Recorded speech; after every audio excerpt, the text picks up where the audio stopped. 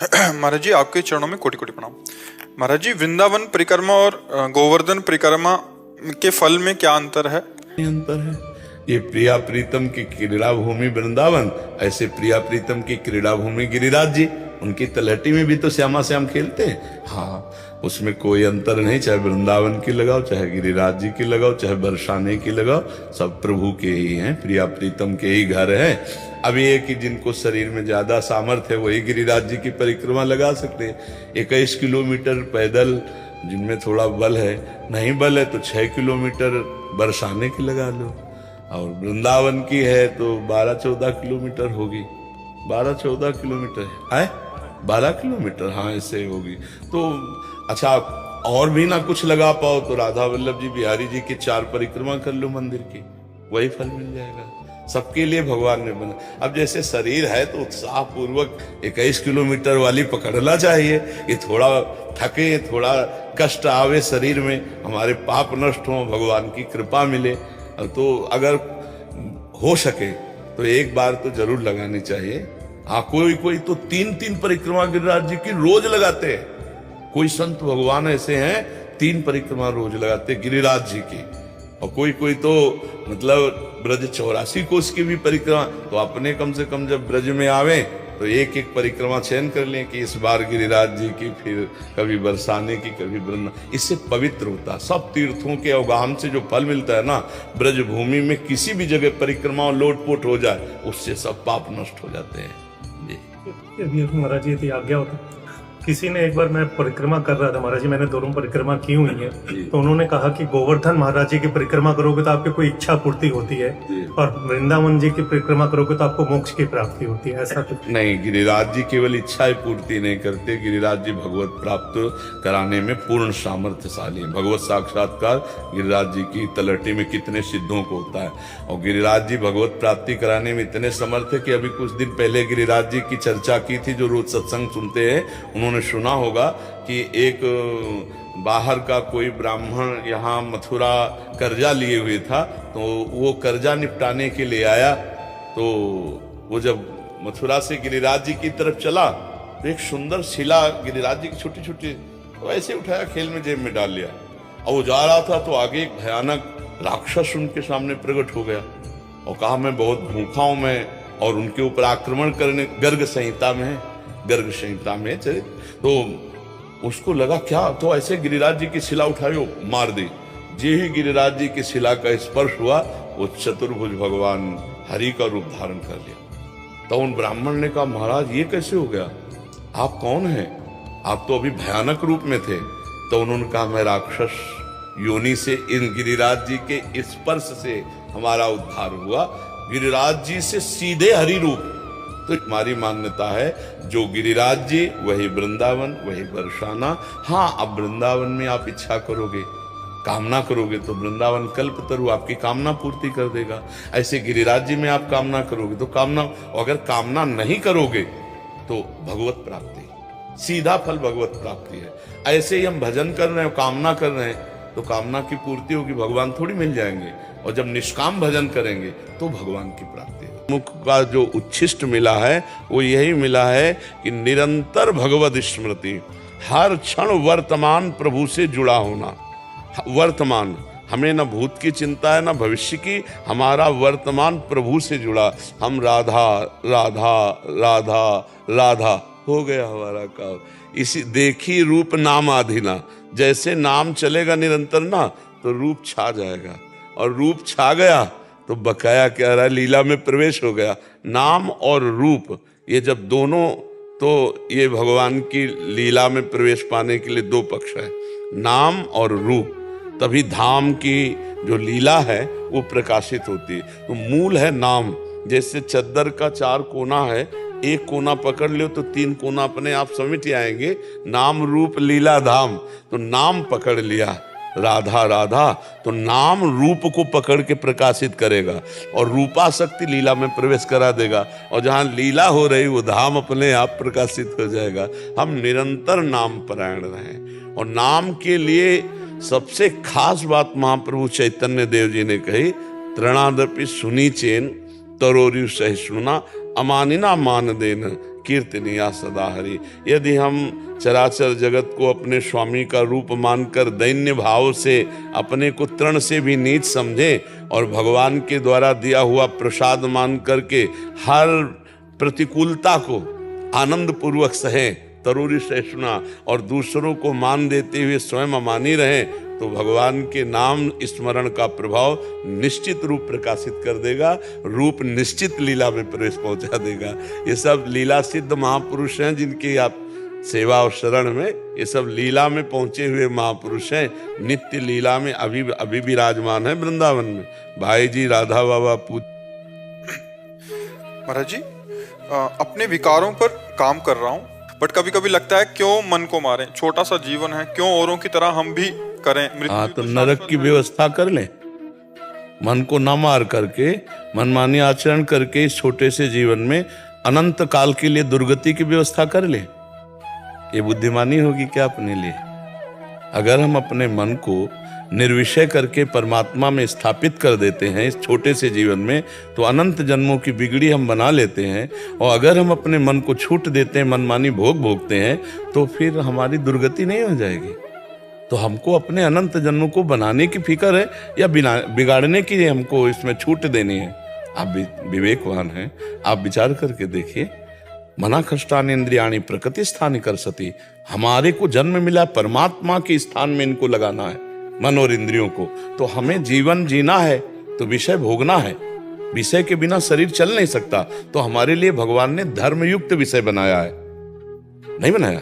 हमारे पास अगर गृहस्थ हैं तो पत्नी है, हमें प्यार करने के लिए पुत्र है, परिवार है, रिश्ते संबंध है, भोजन सब व्यवस्था है। अब हम दूसरे की पत्नी की तरफ क्यों देखें? हम दूसरे के पुत्र की हानि करके अपने पुत्र को धनी बनाने की क्यों सोचे? हम किसी से ईर्ष्या क्यों करें, किसी की निंदा? पाप आचरण के लिए मन को रोकने के लिए ये छोटा शब्द बहुत बड़ा आतंक फैला देगा मन में। छूट देने की बात मात्र से ये हमारा मन ऐसी जगह फंसा देगा जहां से निकलना मुश्किल है। भले हम नहीं रोक पा रहे हैं, लेकिन हम रोकने का प्रयास करेंगे, छूट नहीं देंगे। जो आपने कहा कि हम इस पर काम कर रहे हैं, अर्थात हम प्रयासरत हैं, पर ये जो बुद्धि की एक छोटी सी बात कि यार मौज क्यों नहीं ले लेते, तो मौज किसे कहते हैं? क्या मौत को तुम मौज मानोगे? मस्ती लेनी है तो देखो कृष्ण कृष्ण बोल के देखो, कृष्ण में अपने चित्त को लगा। जब उनकी रूप माधुरी सामने आती तो ऐसा लगता है हृदय फटेगा। वही हमारे प्रीतम है, वही हमारे अंशी हैं। हम अपने जीवन को, अच्छा हम एकदम घर जैसी बात कर रहे हैं। संसार में सबसे बड़ा सुख क्या है? अब हम आपको एक एक सुख में दिखा रहे हैं। रुपए का कोई सुख नहीं है, सुख होता है उससे भोगों का। ध्यान रखना, अगर रुपए का सुख हो तो 10-20 ट्रक आपके सामने अब 2000 के नोट डाल दिए जाए, भला आपको इतना भी सुख हो तो बताना। 500 रुपए जैसा भी सुख नहीं होगा, क्योंकि उससे कुछ नहीं खरीदा जा सकता। मतलब रुपया केवल योग्यता उसकी विषय खरीदने की है, ठीक है? विषय, अब हम विषय में आते हैं तो सबके मन में खा पी के रुपया कमा के सब कुछ देख सुन के एक बात में मन अटकता है, भोग। सब देख लो आप अपने मन की। ये हम शास्त्र सम्मत बात कहते हैं कि सब सुखों में सांसारिक, उनमें काम आगे है, इसीलिए सबसे पहले काम है, सबसे पहले काम है। और भगवान ने कहा है ये नित्य बैरी काम, इसी को काम को ही बैरी भगवान ने कहा है। अब ये काम सुख कहां है? कौन सा अंग है? आप विचार करके देखो। जिन अंगों को हम स्पर्श करके कई बार साबुन से हाथ धोते हैं, रज लगाते हैं, उन अंगों में कहीं वो सुख है जो मैं चाह रहा हूं? आप विचार करके, बहुत एकदम खुला प्रश्न हम कर रहे हैं। पूरे संसार के सुख का केंद्र यहां माया रखे, दुर्गंध युक्त घृणित मलमूत्र के द्वार, उन्हीं से हम पैदा हुए हैं, उन्हीं से पैदा हुए और फिर वहीं जाने का राग हमारा पुष्ट हो रहा है। कौन सा सुख है जिसको तुम चाहते हो कि थोड़ी जिंदगी में मजे ले लें? आप हमें इन सुख के अलावा बताओ, कौन सा ऐसा सुख है? कौन सा ऐसा हृदय में आपके है कि अगर ये मिल जाए तो मैं सुखी हो जाऊं? आप बताओ। धन जितना भी आता है उतना भी कम लगता है, तो भोग जितना भी भोग लो उतना भी कम लगता है, उतना भी कम। यही माया है। यही माया है। जब तक आप भगवान श्री कृष्णचंद्र जी के चरणों का आश्रय लेकर निरंतर भजन में नहीं लगोगे, तब तक दैवी हेषा गुणमयी मम माया दुरतया मामे ये प्रपद्यन्ते माया में ताम तरन्ति ते। आप सच्ची मानना, मतलब कुछ भी कहना मायाकृत ही है, क्योंकि वाणी माया में है। आज तक मुझे कोई रूप नहीं दिखाई दिया इस विश्व में, और आज तक मुझे कहीं भी कुछ भी ऐसा नहीं लगा कि यार ये चीज आज तक नहीं लगी। बचपन से भगवान के मार्ग में जिधर देखो गौर से देखो तो बस या तो वो जिसका हमने लक्ष्य किया है, और अगर वो नहीं तो ऐसा दिखाई देता है जैसे मकान में आग लगा दी जाए तो खंडहर, कुछ नहीं है। क्या है आप विचार। एक उदाहरण में एक काम वाली राजा के यहाँ काम करती थी। तब राजा काम वाली भी अलग होती है, वो तो खुद राजा महाराजा की तरह सब वैभव होता है। एक लड़का था उसका। एक दिन वो अपनी माँ के साथ महल तक गया, वहां राजकुमारी को देखा। राजकुमारी को देखते एकदम, अब वो कह तो कुछ नहीं पाया, वापस लौट आया और उदास होकर लेट गया कि मैं काम वाली का लड़का और राजकुमारी कहाँ, खाना न पीना, एक अंदर आग लग गई। कई दिन हो गए। माँ ने पूछा, बेटा तू सच्ची बताना क्या तुझे हो गया है, अगर तुझे परेशानी हो तो महाराज से कह के राजवैद्य दिखवाऊं। तो उनका रोग मुझे कुछ नहीं माँ, शायद आप पूर्ण नहीं कर सकते। तो उनका माँ हूँ, एक बार जान की ताकत लगाऊंगी, आप बताओ ना। बोले राजकुमारी को देखकर मैं आसक्त हो गया हूँ, अब मैं राजकुमारी के बिना जी नहीं। बोले बेटा राजकुमारी, शब्द बोलेंगे तो हमारी गर्दन उड़ा दी जाएगी। राजकुमारी हम काम वाली हैं, पर हम प्रयास करेंगे, तुम उठो। राजकुमारी सुधीर काम वाली थी। राजकुमारी से मिले कि जय जय, हमारी प्राण रक्षा हो, हम आपसे एक बात करना चाहते हैं। तो बहुत सुलझी हुई थी राजकुमारी जी। उनसे कहा, हमारा पुत्र एक दिन आया था, आपको देखकर आसक्त हो गया है, आप उसे मिल नहीं सकती और मैं मिला नहीं सकती, और वो प्राण त्याग देगा, मेरा अकेला पुत्र है। क्या कोई उपाय निकल सकता है जिससे उसकी प्राण रक्षा हो? बहुत नम्रता से विवेक से प्रार्थना की, नहीं तो हुक्म की देखो ऐसा। राजकुमारी ने कहा, 3 दिन बाद राजकुमार को मेरे इसी कमरे में ले आना। जय जय चली गई। उसने खूब सोच वाली दवाई खाई, 3 दिन बराबर सोच, और सोने के घड़े में बंद करवा दी सोच। अब गई तो आंखें चिपट गई, गाल 3 दिन में सोच, मान लो 10-20 सोच रोज हो तो 3-4 सोच में खड़े होना मुश्किल हो जाता है। अब वो पड़ी थी राजकुमारी, उसको बुलाया लड़के को, तो पूरा कमरा दुर्गंध युक्त था।